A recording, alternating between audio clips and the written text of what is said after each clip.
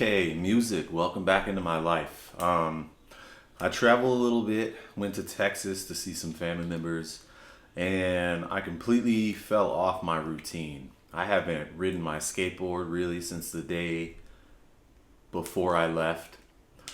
I fell off my diet, drinking over the time period, so I've had zero creative output. Now, I did write some lyrics for the song that I put up here. I think I made that song on May 5th. And I did make some album artwork for Down to Size, which is the latest song that I'll be releasing. If you guys have been watching this channel for a bit, that's the song from the video that I made, a song inspired by the band Dope Limit. So I'm pretty much finished with that song. There's a little bit of tweaking that I might have to do. Like, I think when I bounced the song onto the Porta O2, the Tascam Porta O2 cassette deck or whatever, I had the input signal too low, the input signal on the Porta O2 too high, and I had the output signal coming back out of the DAW a little bit too low. So the noise floor is a little too prevalent. So I'm going to be rebouncing it and then performing a rudimentary master, or I might even use the Logic Pro 10 mastering assistant, because I've been listening to that versus my mastering chain that I came up with some years ago, and there are certain things that I like about that one more. But needless to say, I tend to like to give about 6 weeks from the time that I upload a track to when it's out. Gotta try to get on those playlists, because that's really the only way that you can get your song listened to, is if you get on some decent playlists, which has happened to me before. Not as much success with the last 2 songs I released, but I'm also debating whether I'm even gonna put it up on streaming services, because I've been liking the way that this YouTube community has been developing, and I don't like the streaming services and what they've done to music and what they've made. You know, you have the quote-unquote opportunity to get your music heard by everyone. However, the way that they sort everything, the way that those algorithms work, you know, it's affected music, and it's had, in my opinion, a negative effect on the way that music is created. Whether that's people trying to make their music like louder than the next, and so you got to make your music loud enough to compete, and if it's not, it can't get on playlists.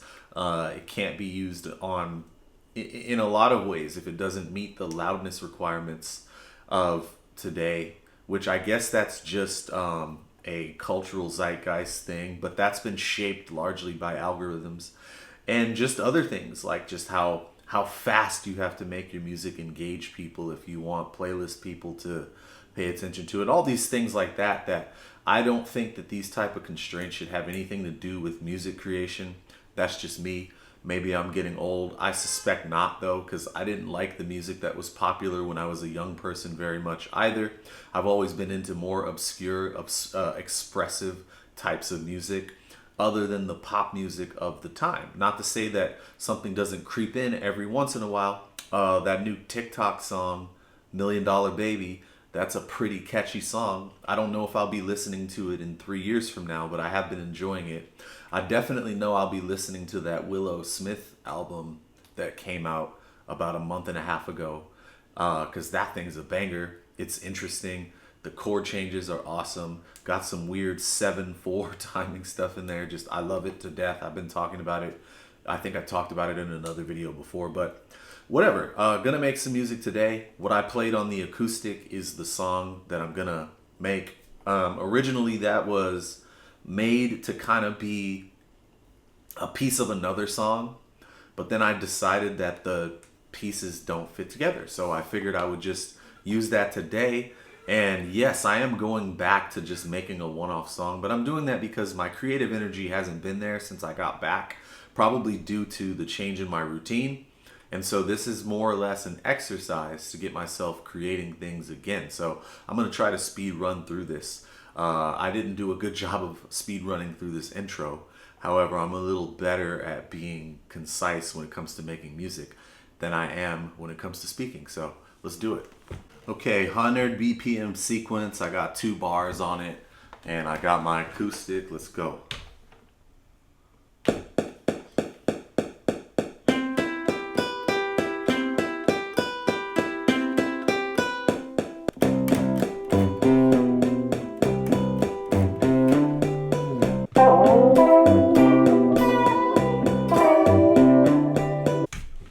sequence 1.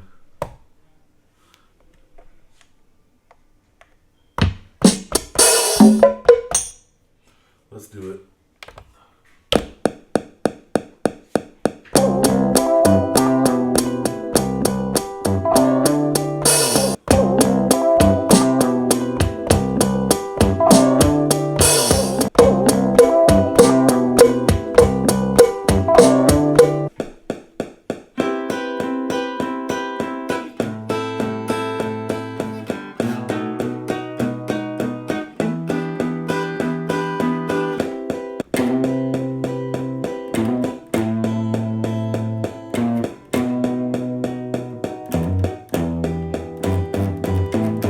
Alright, the Les Paul is out. We're on sequence 2, and I got this weird patch that I made for Neo Soul. Copied it from Jonathan Cordy. We're gonna lay that down. Here we go.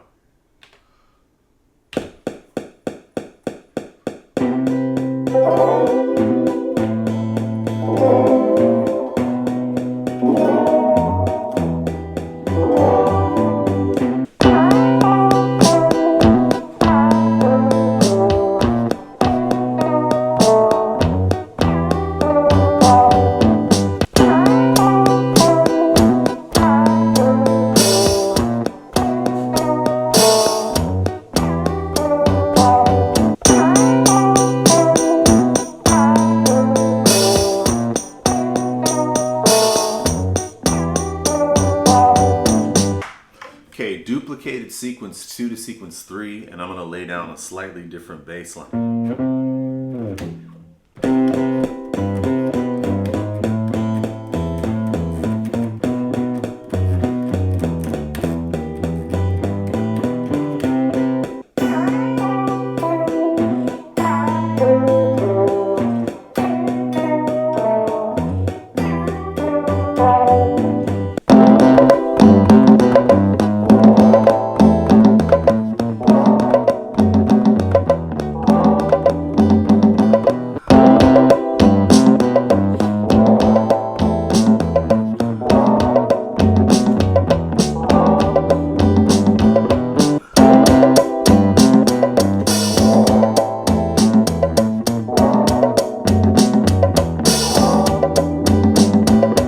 Okay, let's listen to this.